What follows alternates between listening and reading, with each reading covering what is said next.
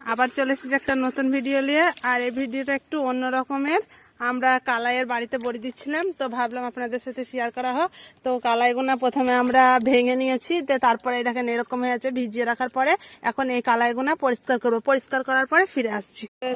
কালাইগুনা ধুয়ে নেওয়ার পরে দেখেন কত চকচকে সাদা ফটফট করে ধোয়া হয়েছে।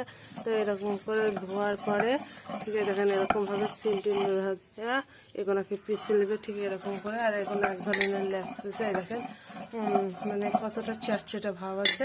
তো এরকম করে বাটার পরে পুরোটা বাটা হয়ে যায়, তারপরে আপনাকে এবং শেষ প্রসেসিং দেখেন বাটারটাকে এরকম করে ভালো করে মেখে দিতে হবে। আর বাটারটা এতটা ফ্লাফি করতে হবে যাতে জলে দিয়ে এরকম ভাবে ভাসে। দেখেন বাটারটা কত জলে ভাসছে দেখতে পাচ্ছেন।